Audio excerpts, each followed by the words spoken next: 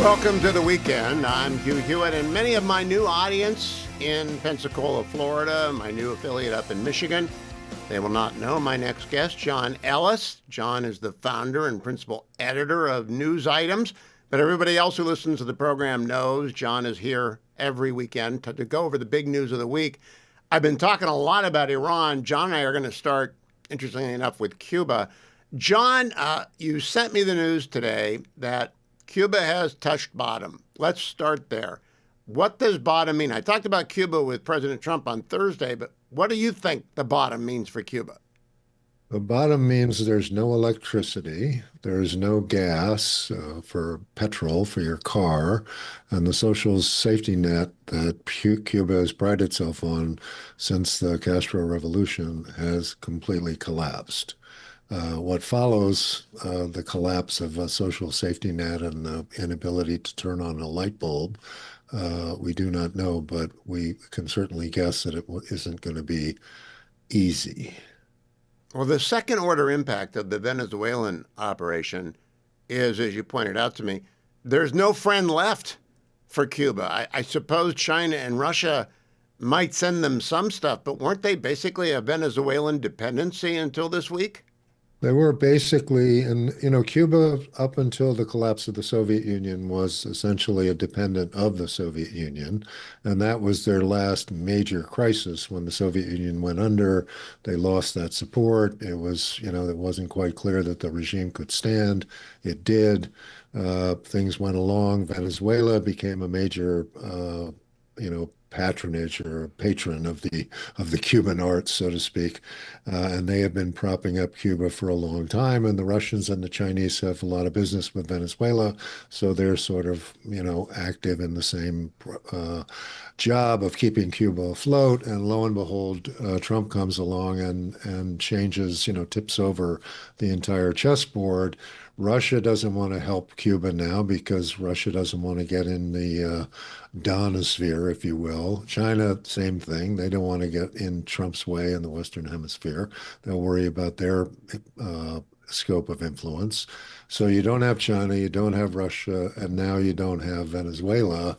You're thinking 1979, there was something called the Mariel Boat Lift, which was Cuban refugees that essentially Castro threw out of the country, and they came to Florida and delivered Florida for Ronald Reagan in 1980. This Mariel boat lift is not going to be like that, but there's going to be something like it because if the social safety net has collapsed and you can't turn the lights on, you have to go somewhere where there's some kind of service. And if it's not Havana, it's, I don't know, the Dominican Republic or some other Caribbean island or the U.S. When I was talking about this with President Trump on Thursday, he professed to say he didn't know what more could be done to put pressure on the dictatorship down there because they're short of invasion and bombing, which we're not about to do. And John, you just mentioned 1979. We're doing a lot of 1979 again. That's when the Shah had to leave Iran and the people were in the streets. I wanted to ask you, as the old NBC News guy, and for the benefit of the new listeners in Michigan and Pensacola, John's News Items is the Substack I begin with every day, and what you might want to subscribe to if you want a news summary every morning. Just look up News Items by John Ellis, and you'll be able to subscribe. When you were at NBC, it seemed to me that the networks covered every day the Iranian Revolution. I would sit in the office with Richard Nixon and Ray Price, and we would watch every day the mobs, the crowds chant for the downfall of the Shah. Where are the networks right now? Are they not going to cover Iran? It's a funny thing. One, it's difficult to get in, right? It's difficult to get accredited. So the British and the French and a lot of the European journalists are in there, but U.S. networks are forbidden to go there. But you're right. In 1979, actually, the overthrow of the Shah and the rise of Ayatollah Khomeini led to a hostage crisis, as everybody remembers. And that hostage crisis became the show called Nightline, hosted by Ted Koppel, who every single night, day 167 of the hostage crisis, day 170 of the hostage crisis, it carried through all the way to the presidential election and had a significant role in the Reagan landslide in 1980. There's no doubt about that. Well, I hope Starlink is up and running. Let's go from bad news to great news. You sent me the news about rice, RICE, rice, and Yeah. educate our audience because I think this is fabulous. Well, there's a report in the South China Morning Post that says that Chinese researchers have developed, quote, a form of hybrid rice that can replicate itself through seeds that are clones, preserving high yield traits generation after generation, according to the development team. Which means that the cost of seeds are go collapse essentially, and the yield and the ability to fight pests increases exponentially. And so the theory is that you can, with this technology, grow twice as much rice as you had been able to grow in the past, and therefore feed twice as many people, which, given that roughly 2.25 billion people are said to experience moderate or severe food insecurity, doubling the food supply of rice is an enormously good news. All glory to, I think I've got the name right. Norman Borlaug was the University of Minnesota researcher. Iowa likes to always say he came from us, who invented these kind of drought-resistant seeds and genetically altered seeds. That's great news. Now, from bad news to great news, let's go to weird news because you weirded me out when you told me about the Meta Ray-Bans. I'm not sure I like this, but you tell us about them. Well, Meta, which is Facebook, the parent company of Facebook, has developed a smart glasses. I'm wearing glasses, and these would be, if I had the Meta eyes, they would be smart glasses. And they partnered with Ray-Ban to try to be cool. But what the smart glasses enables is, let's say that I go into a restaurant and you're over in the corner. I don't know who you are, but I see you over in the corner. I think I know who you are. I wonder who you are. So I turn on my smart glasses, and my smart glasses look at you and they do a photo ID rapidly, as fast as the internet can go. And up pops, that's Hugh Hewitt. And so, oh, Hugh Hewitt, that's great. And then I say, well, I need to see his page. And so a Wikipedia page comes down, and there is everything there is about Hugh Hewitt. And then I say, well, let me see what his last three shows have been about. And that comes down right in front of you, so that by the time I get to your table, I say Hugh in a familiar sort of way. And I say, Hugh, I really enjoyed the sh show you did with President Trump the other day. It was great. And you're looking at That's me, so weird, John. and That you're looking at me like, who is this guy? that is so weird. I hope it doesn't work, but I think it. What'd you say that Oh, it they works. stopped It shipping it? works. Yeah. No, the reason they stopped shipping it overseas is because demand in the U.S. is so high. Well, every politician is going to. Everyone who looks for votes is going to demand that their staff have this on too. It'll be like the whisperer behind the Pope. All right, I yeah, got to get to Sleep FM because this is also great news, and I think it's great news. At least it's news that you can use.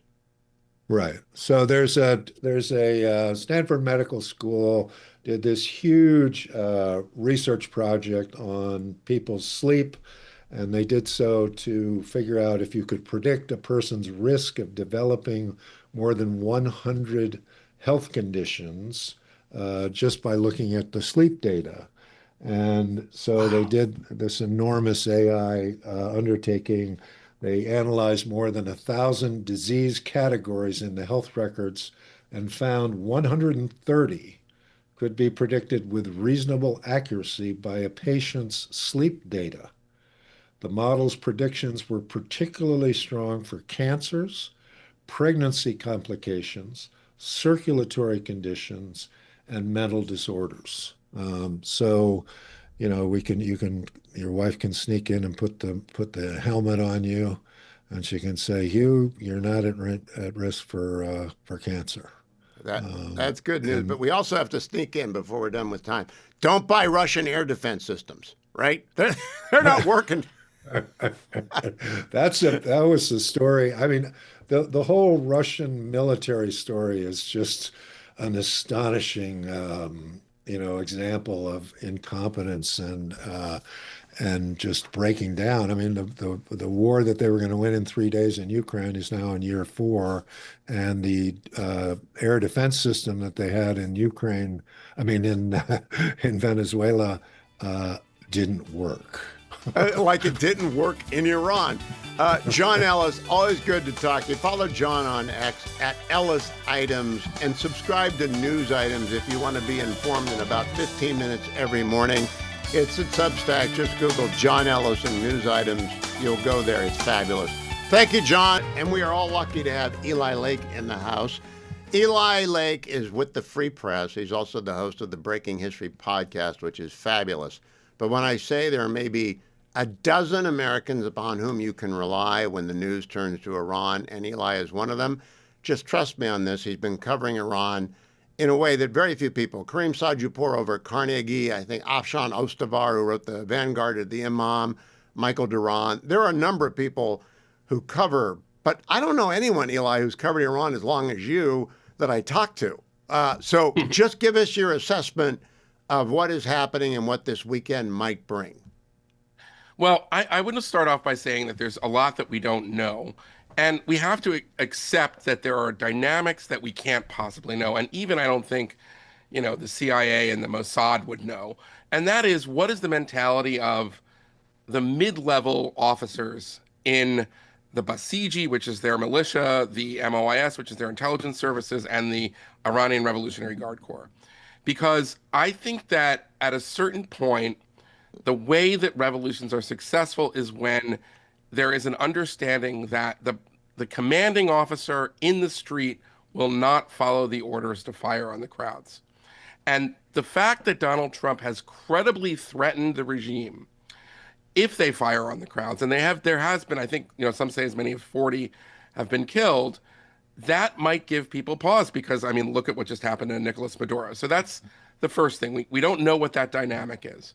By way of historical precedent, it wasn't just the big crowds that came out against the Shah Reza Pahlavi in 1978 that forced the Shah to leave. It was the fact that there was a kind of amnesty that was communicated from Ayatollah Khomeini when he was in Paris to the military that said, if you do not fire on the crowds, if you do not make the arrests, then things will be okay for you. Now, very important to note, Ayatollah Khomeini, as soon as he came into power, violated his promise. He was lying, and he did target the military leadership in incredibly cruel show trials that lasted, in some cases, maybe 20 minutes, and then led immediately to horrific kind of executions. They were covered all over the newspapers. It was absolutely terrifying, a kind of real Jacobin moment. But that is, in some ways, the kind of communications that we have to see right now.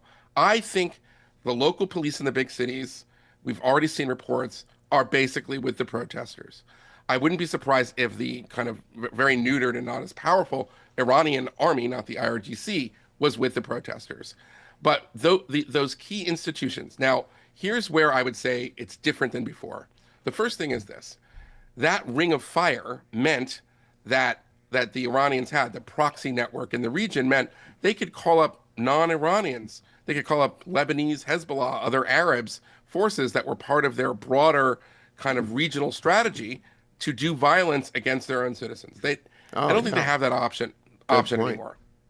Number two, the economic crisis is worse than it's been, compounded by a potable drinking water crisis. A few months ago, we started seeing messages from the president saying we're going to have to start rationing drinking water. That is an extraordinary statement in a country with as many natural resources as Iran.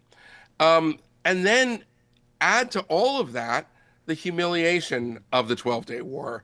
That was when the Israelis and the U.S. knew where Khamenei was, and he was in an undisclosed location, and they made it clear that they could kill him. And he was hiding from the public for the whole duration of the war.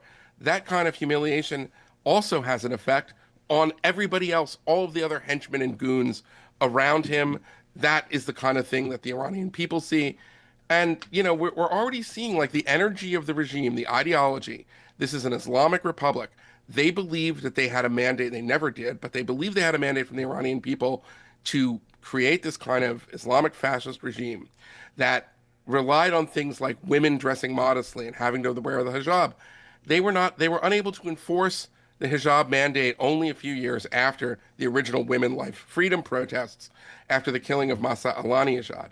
That is very important because it means like the kind of reason to exist, if you're the Islamic Republic, no longer has purchase from most of the Iranian people.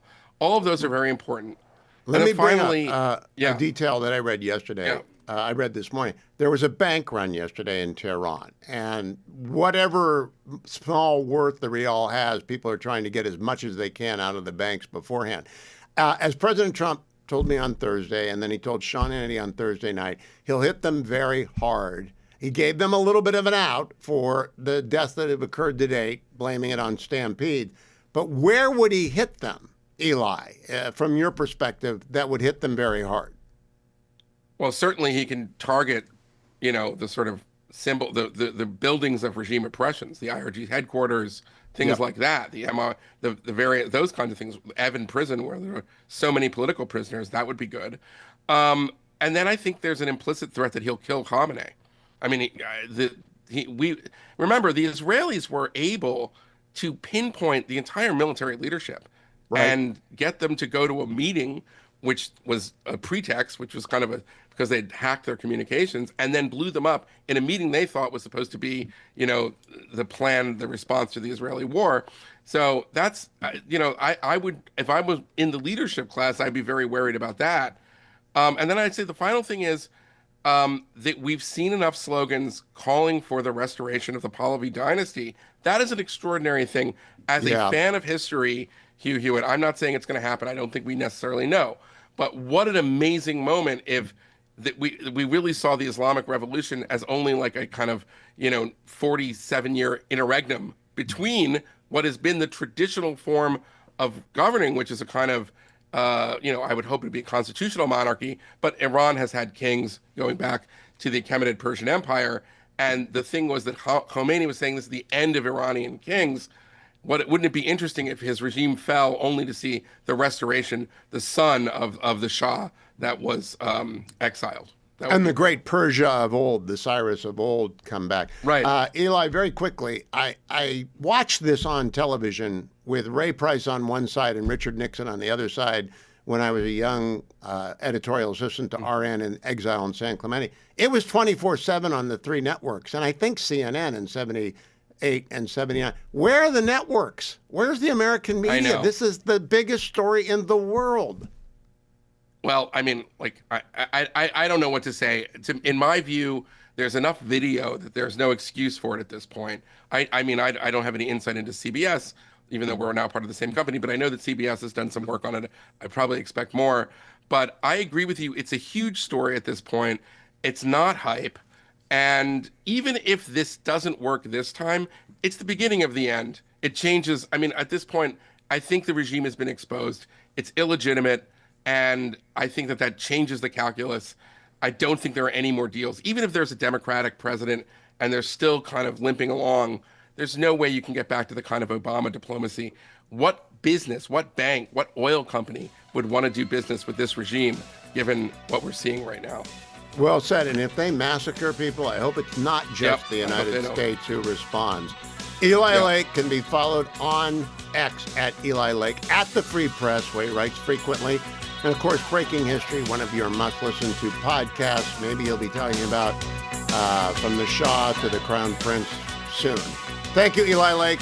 To our new audiences way up north in Michigan and down in Pensacola, Florida, welcome to the Continetti Half Hour, where Matt Continetti of AEI and the Wall Street Journal joins me to explore the news of the week. Matt, I want to read you something Supreme Leader Ayatollah Khamenei said today. He dismissed President Trump's threats as, quote, he has hands stained with the blood of Iranians, and said that the protesters are ruining their own streets in order to please the President of the United States. He said, because he threatened he would come to the aid of of them. He should pay attention to the state of his own country instead. Do you think that Ayatollah Khamenei is going to shut down the protests with that? No, and he's not shutting down the protests with the offer of $7 to each Iranian, which came earlier in this week, and which to me showed a panic on the side of the regime, a sense that the regime's not sure how to proceed. I think it's a very combustible situation in Iran right now, Hugh. You have another night, it seems, of massive protests. It's hard to know exactly what's happening, of course, because the regime has shut down the internet, shut down most phones.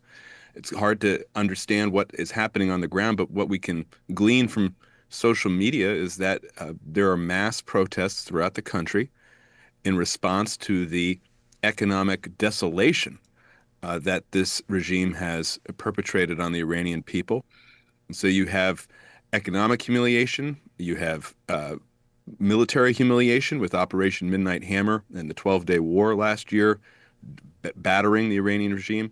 And you now have political humiliation where it's clear that the government no longer has any legitimacy whatsoever on the streets of Iran. Matt, the president of the United States did threaten Iran in a conversation with me on Thursday. Then he doubled down on Thursday night with Sean Hannity. He made it very clear that if they open fire on the protesters, he will hit them very hard.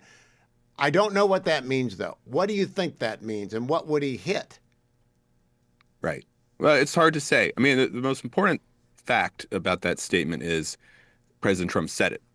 And that's unlike, as we discussed on the program earlier, Hugh, most American presidents, when you've had similar demonstrations. Here we have really quite impressive demonstrations on the part of the Iranian people. And President Trump, unlike Joe Biden, unlike Barack Obama, is saying that he's on the side of the protesters and warning the Ayatollah and the IRGC against killing innocent civilians. Now, what does that mean? Does it mean we're going to go to war with Iran? I somehow doubt it. I think the most important thing we could do right now is work to restore internet connectivity to the Iranian people and to allow the Iranian people who are rebelling against their government, this tyranny that's ruled them since 1979, to connect with one another and with the outside world so we could get some explanation of what's happening, and that our pressure, our voices could also be heard within Iran, saying that we are in solidarity with the Iranian people. I'd look to that as one step that the president could take pretty quickly. One of the things I asked him was, would he meet with the Crown Prince, Reza Pahlavi? And he said, I don't think that would be appropriate. Later in the day, news reports emerged that he plans on meeting with him. It wouldn't be the first time he did something that he didn't tip his hand on. What do you think about that? I remember Ford refusing to meet with Solzhenitsyn to his everlasting regret. He should have done so. Do you think the president should sit down with the Crown Prince? He should. I think he will. I think President Trump meets with a lot of people. He's willing to meet with almost anybody and talk to them and hear what they have to say. So I expect a meeting with Pahlavi would happen in the near future. I think what President Trump's caution is about is he doesn't want to see anarchy. He doesn't want to see some type of transition where you have the war of all against all, the state of nature, right? That's why in Venezuela, for example, he took out Maduro, but he kept Maduro's lieutenants because in his view, order is the precondition for a democratic transition. So I think that's why he's reluctant to jump the gun in pronouncing who the next leader of Iran should be. He wants the Iranian people to take care of that question themselves. So I think that's a prudent move, but it doesn't preclude him from speaking with Pahlavi or speaking with the other Iranian dissidents, other factions who are in exile. And of course, the most important actors will be the ones who are in Iran right now, taking up protests, doing what they can to resist the terrorists who have driven their country into the ground. Matt, I was on this morning with Dana Perino and Bill Hemmer on Friday morning, being asked about Minnesota and Jacob Frey, and I just threw up my hand. He's such a carnival barker, and he's incoherent. At one point, he'll say, we want to be responsible participants in the investigation, and the next moment he says the ICE agent had a hop in his step after he shot her and wasn't injured at all in the collision. I think he's just a joker, and I think Tim Walz is a joker. And Minnesota, what a terrible situation for that state to be in. What's your assessment of this? Well, I think Minnesota is seeing the fruits of long-term progressive dominance of politics at the municipal and at the state level. Jacob Frey and Tim Walz, of course, were in charge of that city and that state during the George Floyd riots, where it was chaos and a police precinct burned down. And Walz waited far too long to bring in the National Guard. We don't want that situation repeated today. And so their rhetoric has been extremely irresponsible, not only using expletives to refer to ICE, saying that ICE should leave the state of Minnesota, saying that Minnesotans and the rest of the country, people of goodwill, should stand with Tim Walz against the Trump administration, just like the Union soldiers stood against the Confederacy. This is completely irresponsible and inflammatory rhetoric. At precisely the moment, Hugh, when we want to take a cautious, detached approach, we want the investigation to proceed. We don't want things to spiral out of control like they did 5 years ago. We don't want this incident to lead to more damage, more lost lives, more damage to property and to civil order. Do you think we can restore a proper understanding of federalism? Because Britt Hume has made the argument this is Orville Faubus-like, state officials telling the federal government that they can't enforce federal law. And of course, you and I both use the Civil War analogy, but it's a breakdown in constitutional literacy. There is a supremacy clause. Are people ignorant of this at the Jacob Frey level? They may be, but it's also a convenient ignorance because what's really at work here is the desire of blue state political machines to protect illegal immigration. And illegal immigration is central to the blue state model of governance, Hugh. It is, and what we see since the raids began in California last year is that the blue state governors and mayors hang on to illegal immigration so tenaciously that they're openly defying to federal authority. ICE is a law enforcement body. They are conducting legal operations to enforce the law. It is a crime to be in the United States illegally, and you are subject to deportation. This should not be up for debate. It's the case. But I believe blue states depend almost entirely on illegal immigration for economic purposes and for political purposes. And so you see the entire machine, just like a Tammany Hall, move into operation in order to protect illegal immigrants and to fight the federal government when it's actually trying to enforce federal law. It's a real That shame. is a very good point that hasn't been made very often, Matt Continetti. Well said. Matt, I was recalling more than 20 years ago, I visited Camp Pendleton, and the then chief of staff to the then three-star general, James Mattis, told me, I wish you civilians would think about second-order consequences of military action. And I've always kept that in mind since then. What do you think the second-order consequences of Operation Absolute Resolve are? We've got Maduro. What do we else? And we've got 5 boats, including another one on Friday that's 5 now, full of oil. What do you think are the consequences maybe that are not right in front of our face?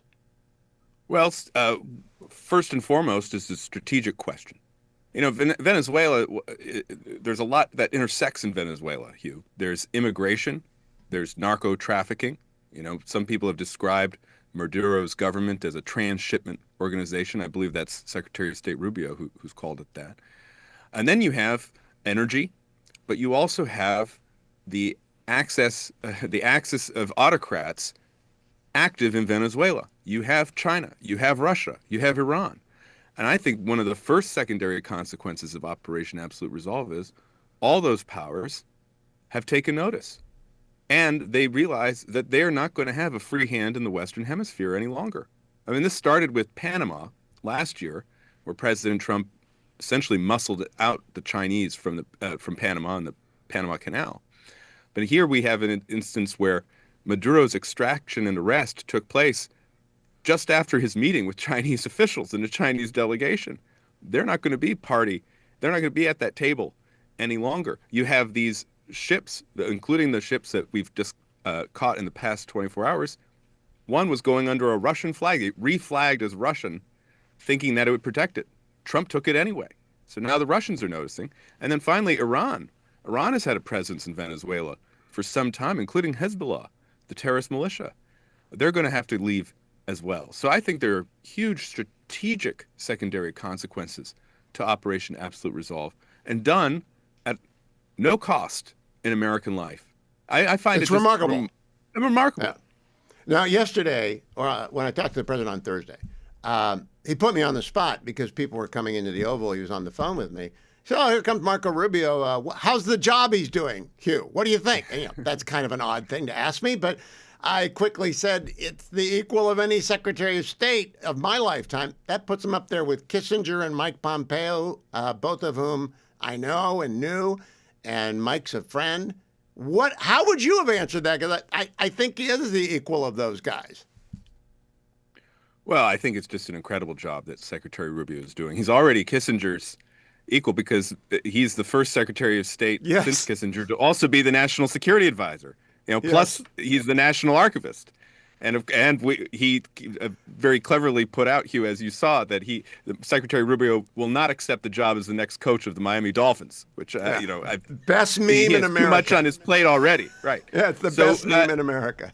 Yeah, he's a real standout in this administration, and I think President Trump knows it, because you see how much President Trump loves talking about Marco Rubio, and I think that's because the president recognizes that Marco Rubio has been an extremely effective Secretary of State in pursuing the Trump doctrine, whether it's in the Western Hemisphere, whether it's in the Middle East, whether it's this ongoing diplomatic process happening in Europe.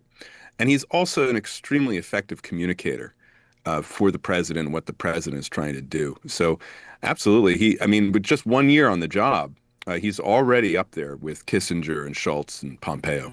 Well, let me ask you about this. The president also said to me, he's got some Cuban blood in him. I wanted to say, yeah, like 100%.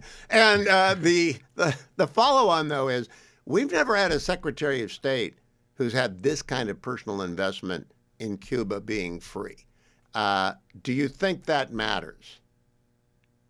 Oh, yeah, absolutely. And, as someone who's followed Secretary Rubio's career since he first launched that kind of almost winsome campaign for the Republican Senate nomination back in 2010. This issue, the issue of Cuba, is extremely important to him. Freedom for the Cuban people, an end to the Castro tyranny and the Castro regime. And I think it's very revealing that Maduro was being guarded by a cadre of Cuban security officials, showing that Venezuela and Cuba are intricately connected. It's hard to say, is Venezuela running Cuba or is Cuba really running Venezuela? We know that Cuba is dependent on Venezuela's energy and economic aid. You remove that from the table, like I believe the president, Secretary Rubio, is going to force the Rodriguez government to do, then that puts the Cuban communist regime in a really tight spot, the worst spot it's been since the revolution back in 1959. And it would just be another incredible accomplishment if that government were to fall in the next 3 years. I think they're out of food, medicine, electricity. They're like Iran. Basic services have failed in Cuba like they have failed in Iran. But I don't know that we have any way. Israel's got ways. Obviously, they built a drone plant inside of Iran. They've got ways of helping the Iranian resistance. Do we have any ways of helping the Cuban resistance, or is there even a Cuban resistance to your knowledge, Matt Continetti? Well, the Castros and their successors have been very good at destroying civil society in Cuba, and destroying any political dissidents there. So it's very hard to say. I do know if they're out there, Secretary Rubio is probably aware. But I think what we have to do here is apply as much pressure as possible, which is happening, and you're driving the Cuban government into a position where it may be desperate for a negotiation. There was an article in the New York Times of all places, which for decades ran cover for Castro, as you know, Hugh, quoting from a Cuban citizen talking about how when he and his wife had to go to the hospital, they had to bring their own catheter. That's how bad things have gotten there. And if the New York Times is acknowledging it, it means it must be really bad. Oh, you know, for decades, puppets of Castro and fellow travelers in the United States would say, hold up the Cuban healthcare system to us, to the United States, as being, oh, they have such wonderful healthcare. I don't think so, and we will find out soon. Matt Continuity, thank you for joining me as always. Read him at the Wall Street Journal. Read his work when it's published at the American Enterprise Institute. Coming up next hour, Ben Domenech for our weekly chat. Selena Zito on a special Friday appearance. Also have Doug LeMarie talking college football on his penultimate appearance. Here, I just confused all the Steelers fan. That means next to last of the year appearance. Greetings to News Radio, 92.3 WNRP in Pensacola, home of naval aviation. Triple Talk 102.3, 103.3, and 1270 AM up in Michigan, WMKT in Charlevoix and Petoskey. Welcome as well. My regular Fridays include what you just heard and what you've got coming up. It's always a week in review. It's good to have you here. I do want you to save money, though. I do want you to at least call Consumer Cellular and compare your phone plan. Get your phone bill out, find out how much data you're using, what you're paying for it, probably with Big Cellular, and then call 1-800-411-4454, 1-800-411-4454, 1-800-411-4454. You'll get a menu, one button, and you'll be talking to a real person. And you can say, here's what I'm paying right now for this much data. And they'll walk through what plan makes the most sense for you. If you're over 50, I'm almost certain you'll make the switch because they have unlimited data plans for people who are over 50, 2 lines, unlimited data, same number, keep all your contacts, keep all your devices, same number, but you make the switch to Consumer Cellular, $60 a month.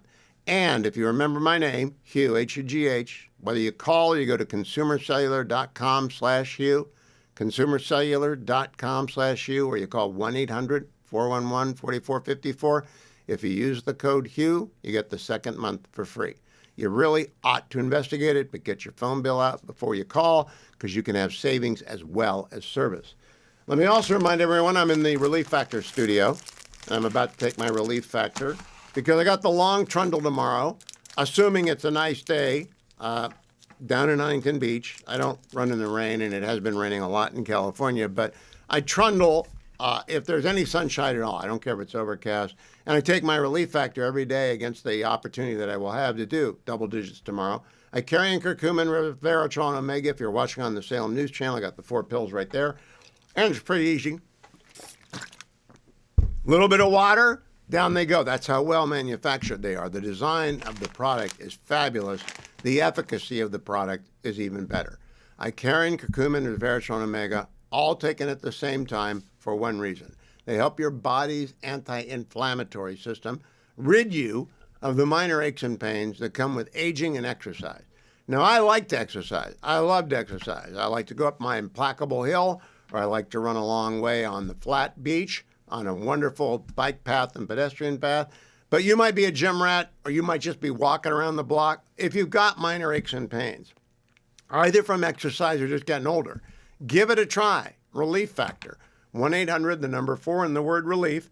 The 3-week starter pack is $19.95. That's less than $1 a day. 1-800, the number 4 and the word relief. Or just go to their website and find the starter pack there at relieffactor.com. Relieffactor.com. It's always a good weekend when I get to review it. The Week in Review with Ben Domenech. He has so many titles, though. Ben, good Happy New Year to you, but I have some new affiliates. From way up north in Michigan at Triple Talk 102.3, 103.3, 1270 AM in Charlevoix, Petoskey, Michigan, to way down in Pensacola, the home of naval aviation, News Radio Pensacola 92.3, WNRP, that I have to give out all of your titles. So not only are you a Fox News contributor, the host of the wonderful Big Ben podcast, you are the editor of the Transom on Substack, you're the editor at large for the Spectator. Am I missing something, Ben?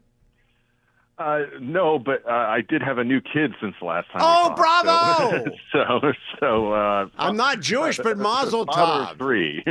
Father of three means sleepless in the Beltway. So I'm okay. I'm okay. It's a trick baby because it's the first two were girls. This is our first boy, and you know, Hugh, the danger is that when you get older, as I am now, that third baby can sometimes trick you into thinking that you could do one more. And that is definitely the current stage that we are in. And so I need to guard against that, I think, Hugh. Because, Don't. My daughter has 4, and in Israel, the 4 is the new 3, and my daughter has 4, and the 4th is a delight, as the other ones are. And I just want to remind you of what you were like when you were 16. That's what you got to remember, because they try and get out of the house. You know everything we did. Yes, yes, exactly. Ben, I want to talk about a lot with you, but I want to actually start with the American news media. And I'm a little bit beside myself. I think it's an important story what happened in Minnesota. It's a tragedy. Jacob Fry is a carnival barker. Tim Walz is a moron. And they will get to the bottom of the investigation and whether or not the shooting was justified. It appears to me to be. But the biggest story in the world is in Iran. And I don't see American media anywhere. Fox is doing some. But what do you make of the almost obliviousness to this world history-changing possible event? Well, what I want to suggest to you, Hugh, is that this is in large part driven by what these stations understand their current viewers of resistance media consumers to be all about. And nothing activates them more than I think this particular issue and the kind of fomented agitation that you're seeing, on American streets, the protests that you see that are in New York City, et cetera. Those are all things that I think go to that idea.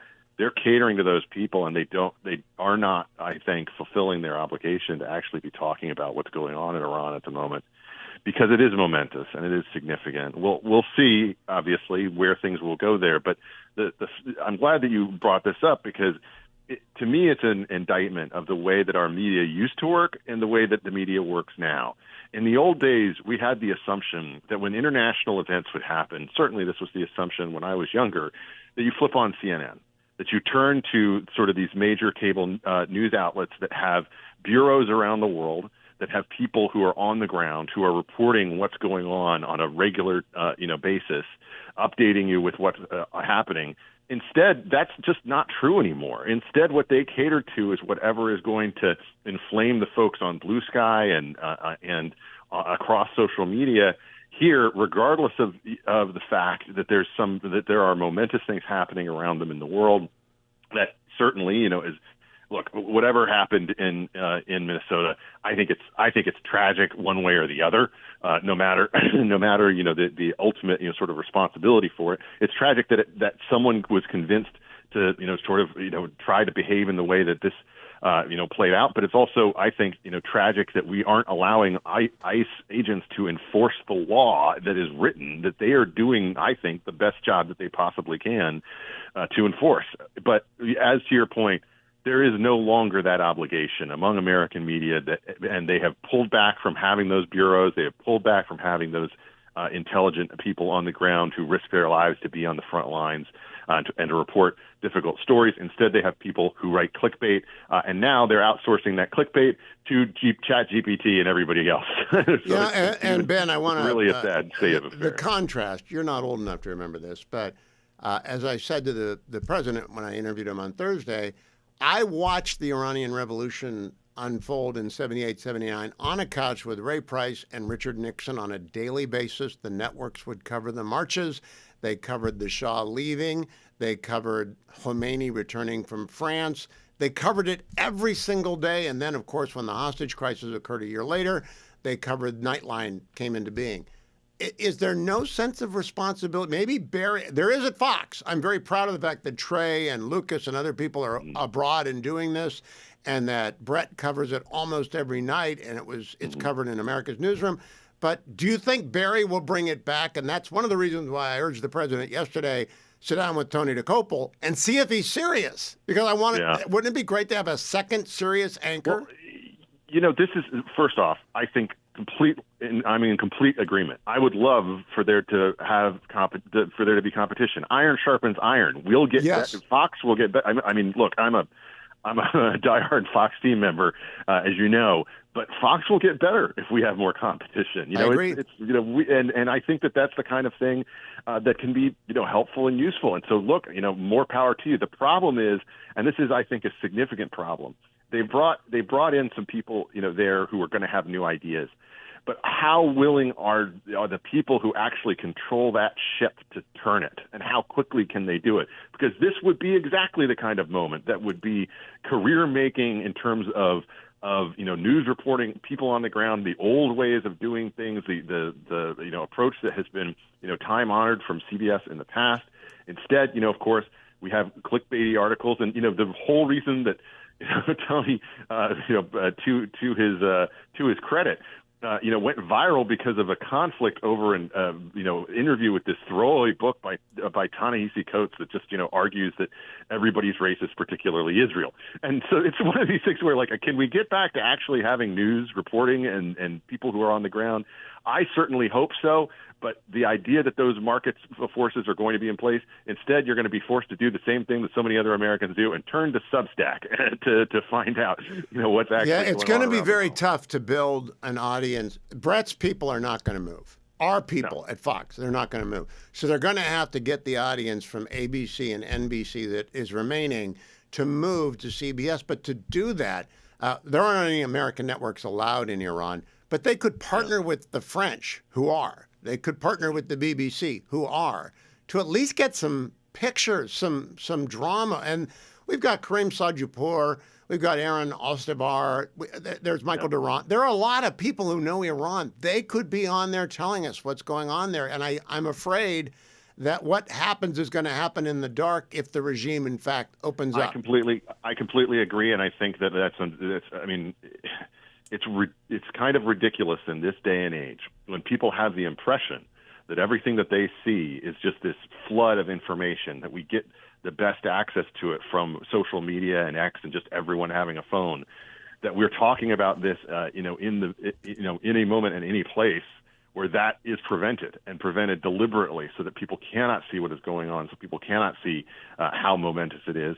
And look, I think you're completely right. We need to have more of these voices out there. And to a certain extent, my attitude towards the viewer side of things is I don't care. This is too important. It's like we can take a hit for a segment if you flipped it over because you aren't interested in what's happening. It's too important, and you've got to put it in front of them. And look, let's take the hit for the next 8 minutes, and then we'll come back and have some cat videos, so make the other folks come back. Well, now let me talk to you about cat videos for a moment. Jacob Fry, the mayor of Minneapolis, is a carnival barker, and I was on this morning with Dana and Bill, and he was so idiotic in the course of 10 minutes. He said completely oppositional things. We've got to be involved in the investigation because you need fairness. And then he said the ICE agent had a hop in his step as he walked away, and he was not injured. He couldn't have been injured. So in the same 2 minutes, I was watching, and he's such an idiot. I had not seen that clip, and I just have to admit, this is the area that you fall behind when you are changing diapers. But this is the thing that I think is true about him. He's been a carnival barker for a long time. We've seen his act before. It's absolutely ridiculous, but it's. I mean, I hate to bring this into it, but I think that the reason that he acts the way that he does is because there's this feeling that if you're a white guy in the Democratic Party, you have to kowtow to everybody else. That's true. You. That's true. I think it's true. I think it's one of these things where that's, by the way, one of the reasons why I think Gavin Newsom might have a slightly harder time than he thinks he's going to have getting that nomination, because you just have to bend over backward to make every different interest group happy, to never ruffle any feathers. And, I still remember the BLM, images of him, masked up and apologizing for everything. And I don't know about you, Hugh, but it seems very Canadian to me. Very Canadian. Ben, I've saved this week's episode about Venezuela for tomorrow morning when I'm trundling, because I need a lot of time because I'm going a little bit longer than I normally do. You covered Venezuela. I know that. What do you think the second order impacts are 6 days out from the overthrow of Maduro? I think that the really interesting question coming out of this is what the Mexican government takes away from this experience. Oh, interesting. Now, so let me the argument that I've made in the past is that as much as Venezuela was about obviously achieving the goals that they've been very public about, and it's not like they've been subtle. The president saying, "Hey, they knew we were coming," has been basically true for a month plus. But I think that the real message that this sort of sends is the ability of the Americans when confronting, an American might when confronting a military that is not built to handle the kind of challenges that we can represent, are capable of incredible things, especially when it comes to exfiltrating individuals who, have, live large in palaces, claim to be presidents but aren't, and essentially, establish rule over as many resources as Maduro did. That's also something that you can do when it comes to the leaders of cartels. It's also the thing you can do when it comes to, I believe, many of the key Mexican figures who, quite frankly, should, I believe, be behaving quite differently in their attitude toward the Americans right now. Sheinbaum and her leadership is not really the target here. It's more about what America is willing to do when it comes to fighting this broader drug war. And the president has clearly, basically taken on the attitude that this border situation that he has, which is so incredible, of course, we've seen the statistics, that's temporary, that's something that the Mexican cartels are deciding to do because he's in office, and that they're just biding their time and waiting to open the floodgates again, send as many people north as they want to, profit from them along the way, and then use them, frankly, here to continue their indentured service effectively. That's something that he doesn't want to be a legacy that happens after he leaves office. And that's what I think is kind of an underlying element of this. One more thing, though. I also think this is a message to his administration and to a lot of people within his coalition about the way that the president views his role when it comes to the Western Hemisphere. There was a lot of nice talk, or a lot of, I would say, bold talk about, the president shifting his priorities to that in his second term, up from a lot of different supporters, including some people who had, some issues with how bold he's been in a number of different moves. But I think he's sending the message, yeah, I'm serious about that. I really do mean that in terms of my approach. And people can laugh about the Tunro doctrine or what have you, but I think he's sending the message internally as well. No, I decide what America first means about policy. MTG doesn't get to decide that anymore. Peace be upon her. And instead, you have to listen to the commander in chief when it comes to these things. And when he makes a threat, and I think the mullahs are well advised, when he makes a threat, pay attention. We were talking during the break, Ben and I, about Mexico and the cartels. And before I get back to President Trump, Ben, a quick question. If he strikes at the cartels, do you think he will do it visibly and so everyone knows he's done it? Or will he go like John Clark in the Tom Clancy novel, so memorably played by Willem Dafoe? Will he do it sub rosa? Yeah, I mean, first off, Clear and Present Danger, a great movie. Great movie. Pull it up. Yeah. So, but anyway, the thing that I think is very interesting about this, and I have written this before, is that I think that anything that would be done in terms of a move against the cartels would be branded and put forward by the United States and by the State Department as being done with the full and friendly cooperation of the Mexican government. That it would be that is the way it is going to be presented, regardless of if there's any truth to that at all, and the likelihood is there is not going to be any truth to that, but that is the way it will be presented, and a lot of people are going to have to smile and grin and go along with it because of just the nature of things. One more point about that, Hugh. I mean, Marco Rubio, man, it's just like he's everywhere. He's and I'm not just talking about the memes. He's currently up for about 10 different NFL jobs. Yeah, the Browns. He needs to go to the Browns. Yeah. But here's the thing. Here's the thing that I think is interesting about this. Again, the president is saying, I define what my foreign policy is going to be. I'm not going to be defined by people who are outside, who claim to be close to me, and who feel like they influence me.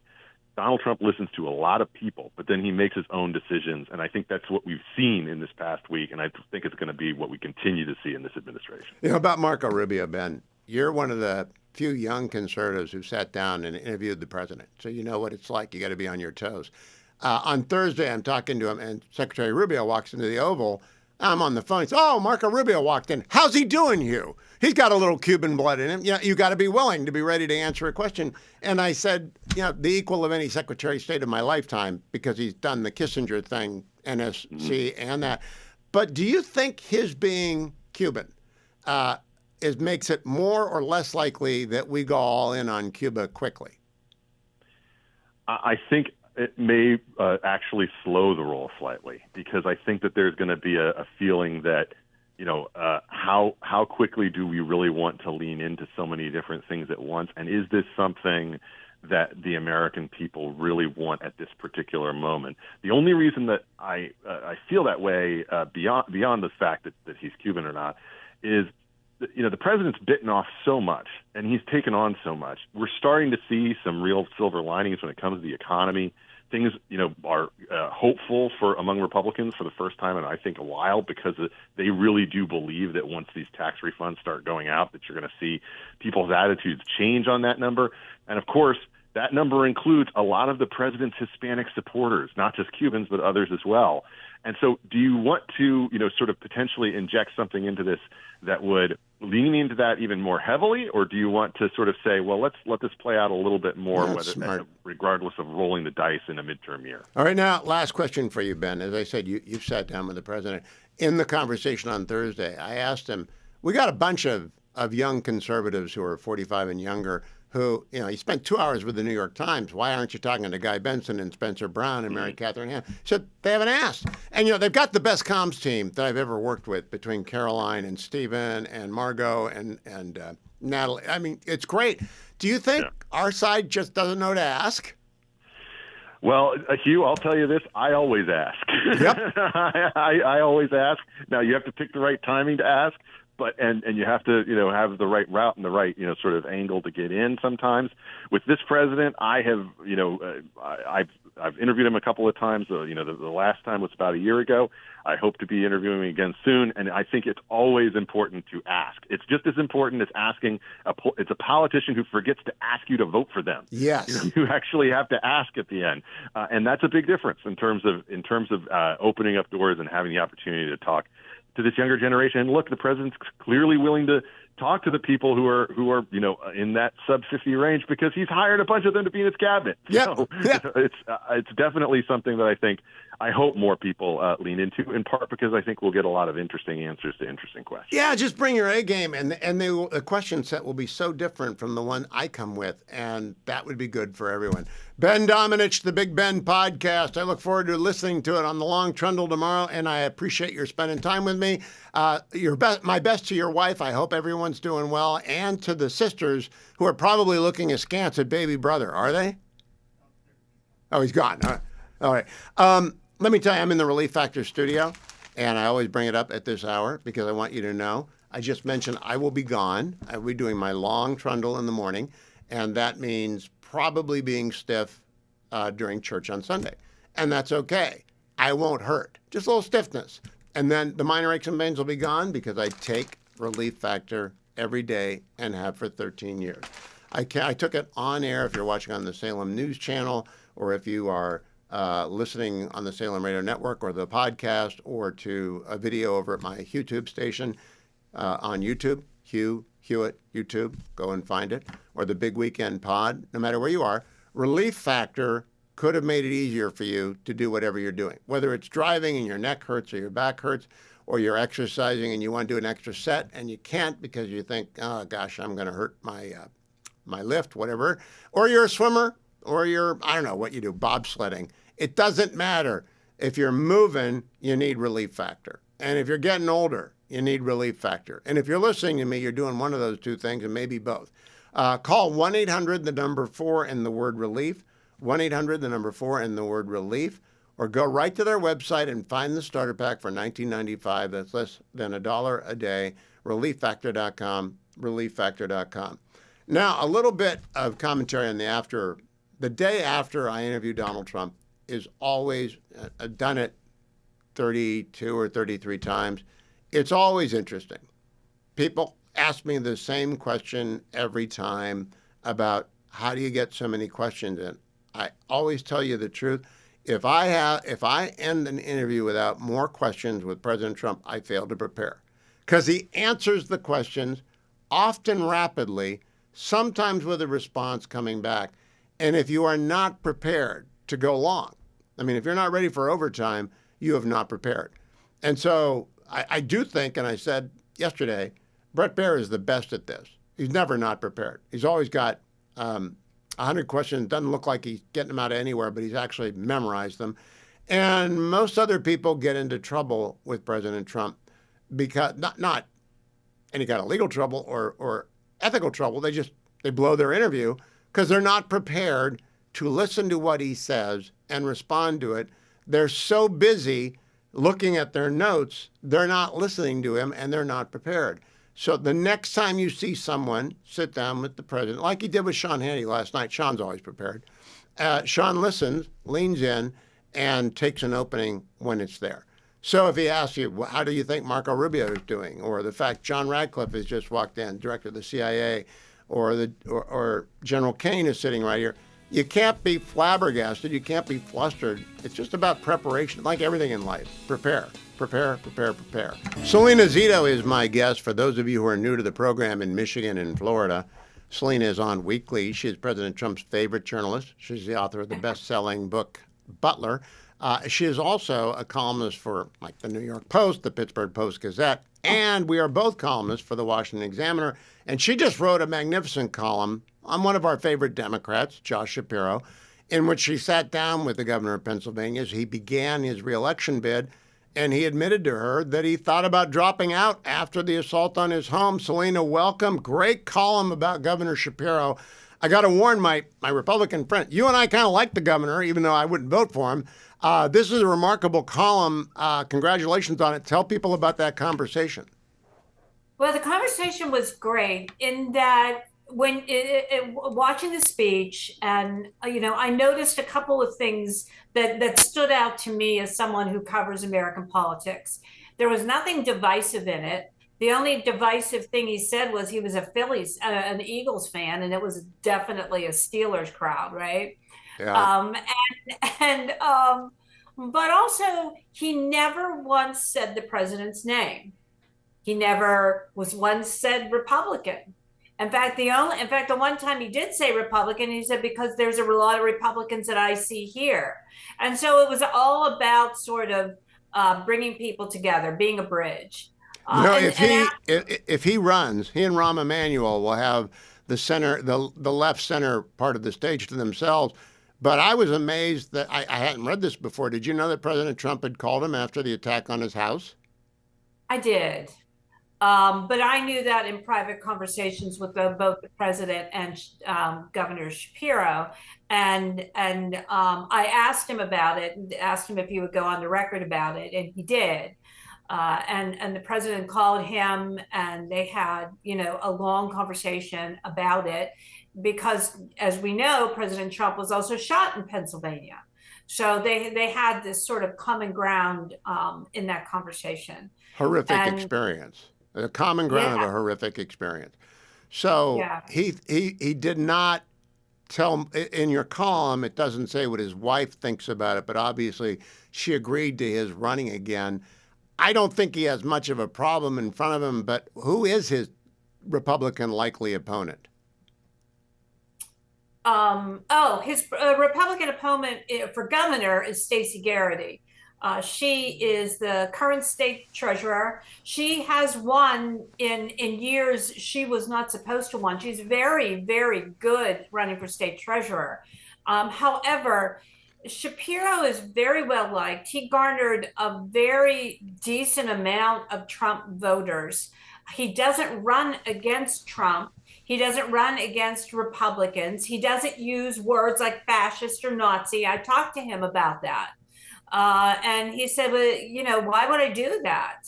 We run against policies. I'm going to be strong about that, but I'm not going to demonize someone. That's contrast that with Tim Walz this week, Jacob Frey this week, the F-bomb from the mayor, the incoherence and Carnival Barker-esque of the Minneapolis crowd and the Minnesota crowd.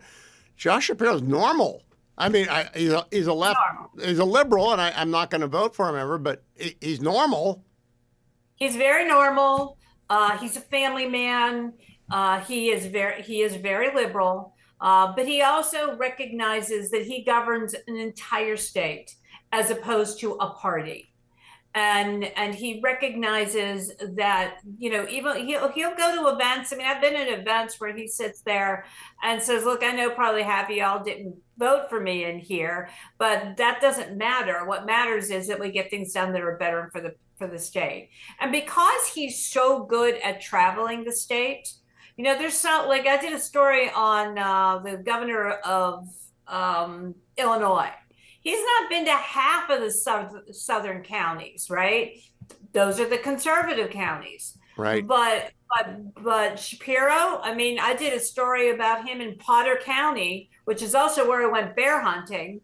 And, and there's more elk than people in Potter County. But he showed up to a gas station there that couldn't get the permits for their tanks. And that would have impacted an entire recreational tourism area and really been a deficit to the community because there wasn't another gas station around for like 40 miles in a circular position. Yeah, he's going to be a formidable candidate in 28 and a formidable candidate for re-election. And Selena got the inside scoop as she usually does. And you can read it over at dcexaminer.com or just go to Zito Selena on X or get her newsletter at selenazito.com. Selena, Happy New Year to you. I hope the 7 Fishes went well. We'll talk about that next week.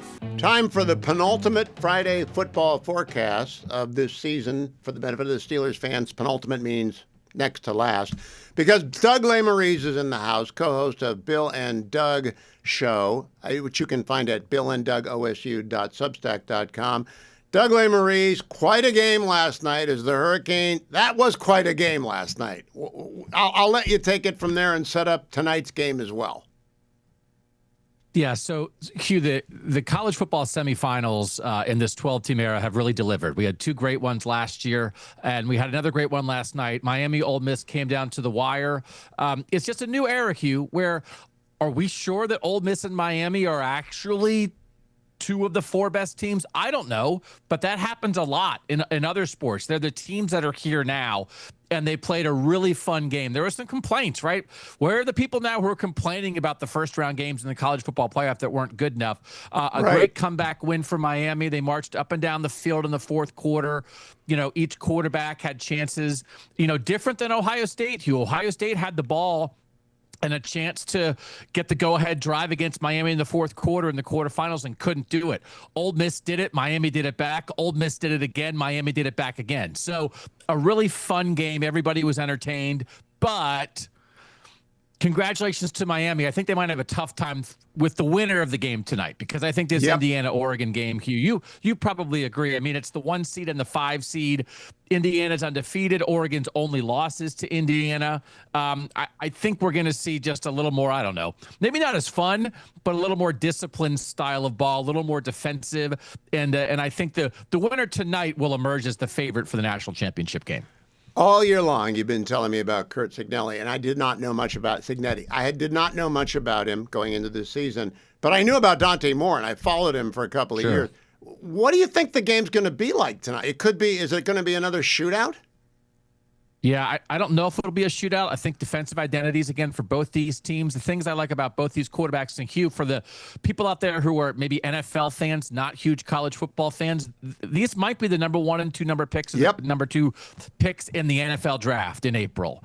Fernando Mendoza, the Heisman winner, the Indiana quarterback, he's kind of the projected number 1 pick. Dante Moore, the Oregon quarterback, if he doesn't stay in school at Oregon, he might be the number 2 pick. These are both quarterbacks who can throw. They can move and maneuver in the pocket. They're not runners, but they can run if they need to. And they've both led drives. Dante Moore did it against Oregon. Dante Moore did it against Iowa. Fernando Mendoza did against Iowa and Penn State. Drives at the end of games to lead their teams to victory. I think we might get that again tonight, Hugh. I think it's probably a game like in the 20s, not a shootout, but I think we might again get whoever has the ball last is driving to win the game. And both Dante Moore at Oregon and Fernando Mendoza at Indiana are capable of that. All right, let me ask you, Doug, because you can pull comparisons out of your back pocket when it comes to college ball. Will Howard 2025 playoffs and Carson Beck 2026 playoff. Carson Beck strikes me as a lot like Will Howard. Watching him last night, I was thinking the guy he moved to get another shot like Will Howard went to Ohio State. How do they compare style and in terms of leadership? Yeah, Will Howard a little more of a run threat, but Carson Beck, the thing about Carson Beck, he did not really run all year, and then he ran against both Ohio State in the quarterfinals and Ole Miss last year when he needed to. He ran for the game-winning touchdown, and it was almost like a long con of I'm not very mobile. You don't have to worry about me, and then it's like, oh no, here I go. Veteran Hugh. And that's where we are with the quarterback situation. Carson Beck in his 6th year of college football. Will Howard was a veteran guy. Had started for 2 years at Kansas State before he got to Ohio State. Carson Beck started for 2 years at Georgia before he got to Miami. These programs, you kind of let guys learn and take their lumps somewhere else. And then you get these finished products at quarterback. Fernando Mendoza, 2-year starter at Cal, now at Indiana. It's an interesting dynamic. Because a place like Ohio State, a place like Georgia, a place like Alabama, they all sort of develop their own quarterbacks, right? And then you take the lumps along the way. And so I'll be curious how all these teams handle it going forward, because you saw Carson Beck played like a 6th-year guy. Yep. Carson Beck was in the same recruiting class as C.J. Stroud. Wow. Hugh, C.J. Stroud's in his 3rd year in the NFL. Carson Beck's in the national championship game in college football. It's the structure of the sport. It's what's allowed, but it's just very different. If we're going to have 6th-year players, what does that mean for the sport? Now, Doug Lesmerises, for the benefit of my new audience, he's a two-way player. He can do college ball, but he also talks NFL. Browns fired Kevin Stefanski. I was against that, but they did. They've got Shedeur Sanders sitting there. Do you keep Tommy Rees just to help Shedeur stay in the same system? Or do you just mix it up completely and expect him to learn?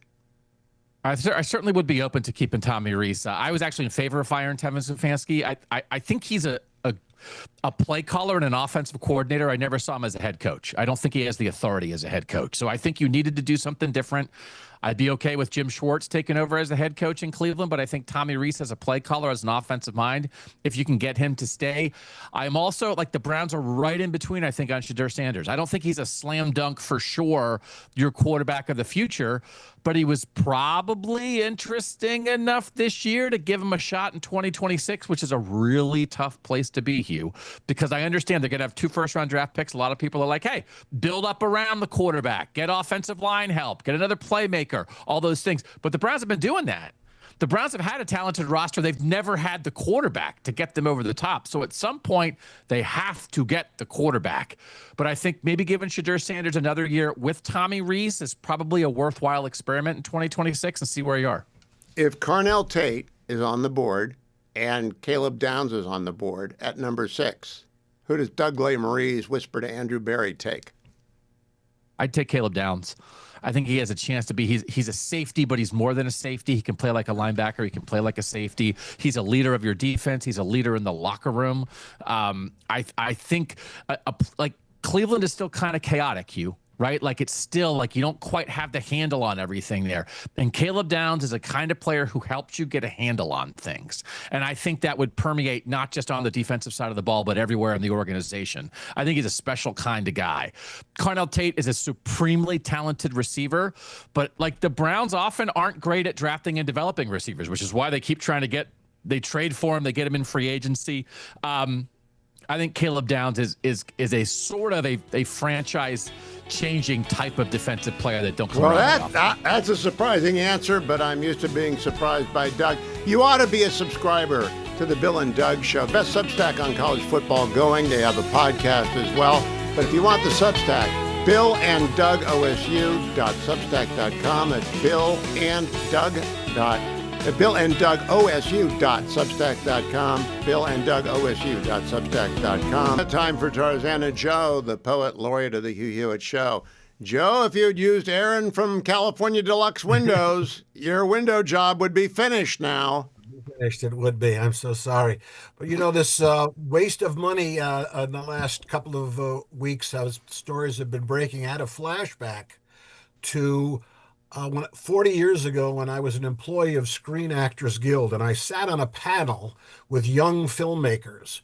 And there were union guys and studio execs, and a kid gets up and says, I don't understand why Hollywood makes one movie with a $10 million budget when they could make 10 movies with a $1 million budget. Why do you do that, Hollywood? And the studio exec said, because you can't steal $1 million from $1 million budget. And that stuck with me. And so I think it's very illustrative of today's Democratic-led cities and states. When leaders made their budgets and all those shortfalls faced, they told us that they'd fill the gaps by finding fraud and waste. They'd fight for their constituents and never would relent, promising they'd scrutinize where every penny went. They said it like they meant it, from center, left, and right, asking us to trust their unrelenting oversight. Pundits would just chuckle. Oh, how their eyes would roll, giving their disdain to both Bill Clinton and Bob Dole. We heard the phrase so often until we didn't care, giving it the gravity of legal, safe, and rare. But scammers have discovered, and they know who to thank. One party uses waste and fraud like it's a platform plank. Oversight is overlooked, there isn't any doubt. Vote for me and I'll make sure to get that money out. The Treasury is busted and taxpayers abused. They weigh success by money spent and not the way it's used. If it wasn't all so wasteful, it might be even funny. $1 trillion here, $1 trillion there, and soon you're talking money. That's W and F by Tarzana Joe. Joe, I love the poem, and it will be posted at tarzanajoe.com for the benefit of our new audiences in Michigan and Pensacola, Florida. Tarzana Joe can be reached at tarzanajoe@reagan.com, or just go to tarzanajoe.com and hit Need a Poem button, and he'll do a poem for you at reasonable rates. But, Joe, you got to work that anecdote about you can't steal $1 million from $1 million budget into a poem, because that's a great anecdote. I've never heard that before. Stayed with me forever, and I was shocked, but the guy was true. I mean, he was telling these young filmmakers what they had to hear if they wanted to work in Hollywood. You got it. They can't steal $1 million. Well, everyone new to the show, Tarzana Joe writes poems for weddings, for funerals, for farewell parties, for resignation parties, for celebratory anniversaries. He does so at a reasonable rate. But you got to ask him to do it at tarzanajoe.com. And that poem and all of his others and his 2 books of poetry are available at tarzanajoe.com.